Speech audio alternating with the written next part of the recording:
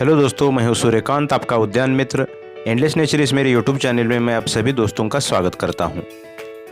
इस वीडियो में आज हम हिप्पेस्ट्रम रेगिनिया, जो कि बल्बस कैटेगरी का एक पौधा है और जो मल्टी कलर सुंदर फ्लावर्स प्रोड्यूस करता है, इसके बारे में कुछ नया जानने की कोशिश करेंगे।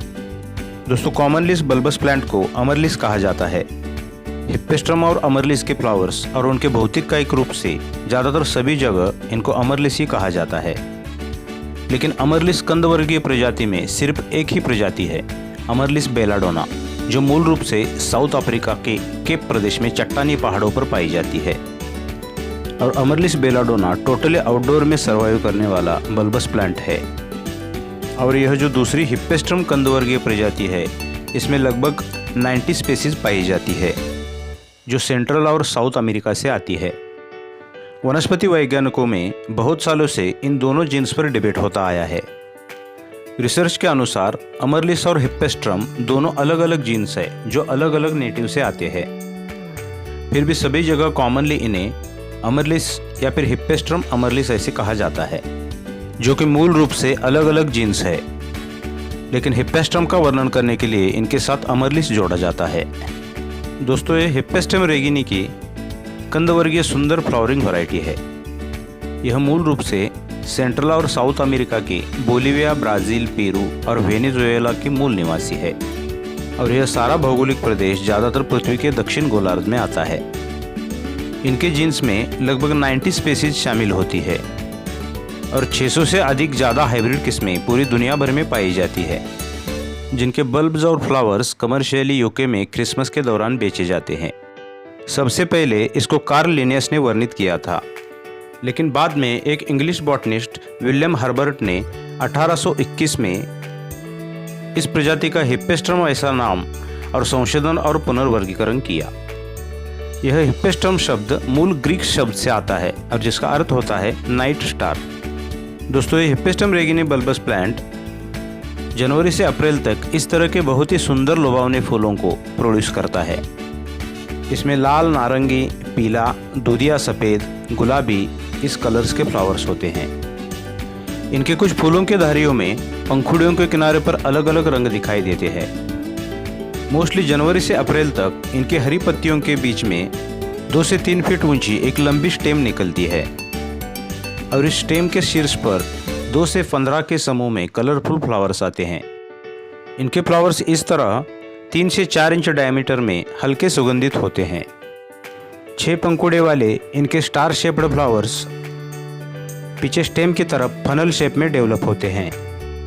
ज़्यादातर पूर्ण सूरज की रोशनी में इनके फ्लावर्स के कलर खिल उठते हैं। इनकी स्ट्रैप टाइप पत्तियां भी लगभग 1.5 से 2 फीट लंबी होती है, जो स्टार्च तैयार करती है। फ्लावरिंग खत्म होने के बाद डॉर्मेंसी के पीरियड में यह सारा स्टार्च और न्यूट्रिशन नीचे बल्ब में स्टोर होता है। दोस्तों, इस हिप्पेस्ट्रम की वाटरिंग नीड नॉर्मल कैटेगरी में आती है। इन कंदवर्गीय प्रजातियों को पॉट्स या मिट्टी के टॉप सॉइल सूखने के बाद ही पानी देना चाहिए। जो मिट्टी पूरी तरह से भीगने के बाद ड्रेनिंग होल से अच्छी तरह से ड्रेन आउट होकर निकल जाना चाहिए। यह बल्बस प्लांट है, इसलिए कभी भी इनको ओवरहेड वाटरिंग नहीं करनी चाहिए। ओवरहेड वाटरिंग से इस बल्बनुमा पौधों के बल्ब सड़ जाते हैं। इनफैक्ट इनकी कुछ स्पेसीज रॉकरी वैरायटीज़ में भी आती है और रॉकरी वैरायटीज़ की वाटरिंग नीड आप सभी दोस्त अच्छी तरह से जानते हो।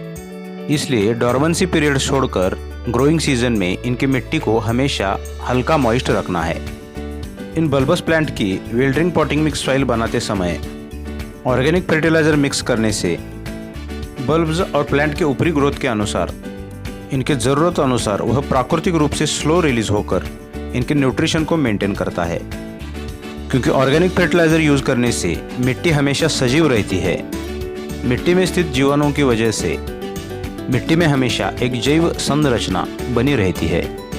मैन मेड केमिकल फर्टिलाइजर के ज़्यादा यूज से मिट्टी में स्थित जीवाणुओं के एक्टिविटी में बाधाएं आती है। इसलिए केमिकल फर्टिलाइजर को ज़्यादातर कम प्रमाण में ही यूज़ करना चाहिए। ज़रूरत अनुसार एक अलग वीडियो में इसके बारे में हम डिस्कस करेंगे। दोस्तों, इस हिप्पेस्ट्रम रेगिनी की सनलाइट नीड के बारे में देखा जाए तो यह प्लांट्स फुल सन में और पार्शियल शेड में भी अच्छी तरह से सर्वाइव करते हैं। ज़्यादातर पूर्ण सूर्य प्रकाश में प्लांटेशन किए बल्ब्स पर इनके फ्लावरिंग सीजन में 6 से 7 हफ्तों में इन पर फूल आने लगते हैं। इसलिए पार्शियल शेड भी ब्राइट होनी चाहिए। इसलिए डॉर्मेंसी पीरियड के अलावा ज़्यादा छायादार या ज़्यादा शेडी जगह में इन्हें नहीं लगाना चाहिए। इसलिए सन फेसिंग एरिया के लिए पृथ्वी के उत्तर गोलार्ध में सब ट्रॉपिकल जोन्स में हमारे घर के एरियाज़ में साउथ ईस्ट या साउथ वेस्ट डायरेक्शन होनी चाहिए। ठीक इसके विपरीत पृथ्वी के दक्षिण गोलार्ध में सनी लोकेशन के लिए नॉर्थ ईस्ट या नॉर्थ वेस्ट डायरेक्शन होनी चाहिए। घर के इस लोकेशन में एक प्रोटेक्टिव बॉर्डर के पास जैसे सनी लोकेशन वाली एक बड़ी दीवार या फिर एक स्टडी फेंसिंग के पास लगाने से इन पर बड़ा वाइंड प्रेशर फ्लो नहीं डालता, जिससे इनके फ्लावर स्टेम्स ब्रेक होकर ज़मीन पर नहीं गिरेंगे। दोस्तों, इस हिप्पेस्टम रेजिना का प्रोपगेशन हम इनके कंदों से या बल्ब से कर सकते हैं। इस तरह ज़्यादातर 2 से 3 इंच डायमीटर में इस साइज़ के इनके बल्ब्स होते हैं और मेनली ज़्यादातर इनके प्रोपगेशन के लिए साइज़ में बड़े बल्ब चुनें, क्योंकि वही पूर्ण रूप से अंदरूनी और फिजिकली रूप से पोषित बल्ब होते हैं।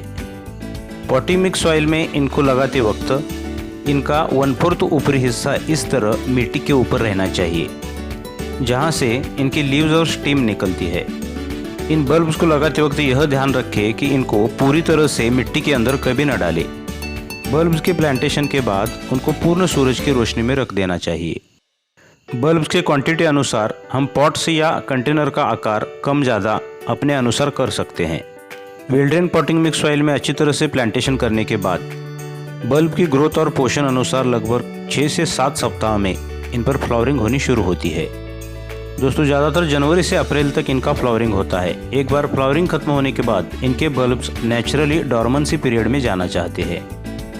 कॉमनली फ्लावरिंग खत्म होने के बाद भी हम इन्हें वाटरिंग करते रहते हैं और फर्टिलाइज़र देते रहते हैं, जिससे इनकी लीफी ग्रोथ होती रहती है और इन पर फ्लावर्स नहीं आते। कॉमनली यह समस्या बहुत जगह पाई जाती है कि इन पर फ्लावरिंग नहीं होती। इसलिए इनकी फ्लावरिंग के बारे में यह मेन पॉइंट ध्यान में रखें।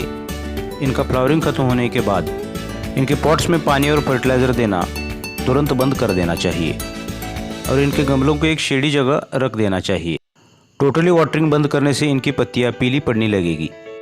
ज़्यादातर इस वक्त इनकी हरी पत्तियों को कभी ना काटे, क्योंकि हरी पत्तियों ने वातावरण से लिया हुआ सारा न्यूट्रिशन इस वक्त बल्ब में स्टोर हो रहा होता है। अक्सर कुदरत के हर पौधों में वही प्रोसेस होती है। हरी पत्तियों ने फोटोसिंथेसिस क्रिया के माध्यम से और वातावरण में स्थित न्यूट्रिशन स्टोर किया होता है। प्लांट से रिमूव होने से पहले प्लांट्स के तनों में संग्रहित किया जाता है। ठीक उसी तरह इस हिप्पेस्टम की पत्तियां भी बल्ब में सारा पोषण रिमूव कर देती है और इसी ऊर्जा के कारण अगले साल के फ्लावरिंग में इनके बल्ब ज़्यादा फूल प्रोड्यूस करते हैं। इसलिए एक नेचुरल प्रोसेस के अनुसार इनकी पत्तियां पूरी तरह से डेड होने पर ही उन्हें प्लांट से रिमूव कर देना चाहिए और बाद में हल्के से इनके बल्ब्स निकालकर उन्हें शेडी जगह में रख देना चाहिए। ज़्यादातर बारिश खत्म होने के बाद कड़ी सर्दी से पहले, मतलब सितंबर अक्टूबर में या फिर जनवरी फरवरी में इनके बल्ब्स को लगाया जाता है। ज़्यादातर इनके बल्ब्स को पॉट में वैसे ही छोड़ने के बजाय उन्हें निकालकर फिर से प्लांटेशन करने पर इन पर अच्छी फ्लावरिंग आती है। इस तरह इनके मदर बल्ब से अटैच छोटे छोटे बल्ब से भी सीज़न में फ्लावरिंग होती है, क्योंकि छोटे छोटे बल्ब्स को मदर बल्ब से जुड़ने के कारण हमेशा सारा न्यूट्रिशन मिलता रहता है। लेकिन इन छोटे बल्ब्स को मदर बल्ब से अलग करने के बाद जब तक वह पूर्ण रूप से मैच्योर नहीं होते तब तक उन पर ज़्यादातर सालाना फ्लावरिंग नहीं आती। इसलिए हर साल फ्लावरिंग के लिए ज़्यादातर बड़े बल्ब्स ही चुनें। नर्सरी वालों के पास से या फिर ऑनलाइन परचेस करते वक्त भी ज़्यादातर मैच्योर बल्ब ही चुनें। अगर हमारे घर में अपना खुद का मदर प्लांट हो तो डॉर्मेंसी के पीरियड में गमलों से बल्ब्स को निकालते वक्त अच्छी तरह से सॉर्टिंग करके बड़े बल्ब्स को अलग निकालें, जिससे ज़्यादातर सालाना इस हिप्पेस्टम से हम एक अच्छी फ्लावरिंग पा सकते हैं। दोस्तों, वीडियो अच्छी लगी तो वीडियो को लाइक, शेयर और सब्सक्राइब करना ना भूलें और पास के बेल आइकन को भी प्रेस कर दें, जिससे आगे आने वाले नई वीडियोज़ की नोटिफिकेशंस आपको समय पर मिलती रहेंगी। अच्छा तो दोस्तों, अगले वीडियो में फिर मिलेंगे एक नए प्लांट के साथ। टिल देन, गुड बाय, ओम साई।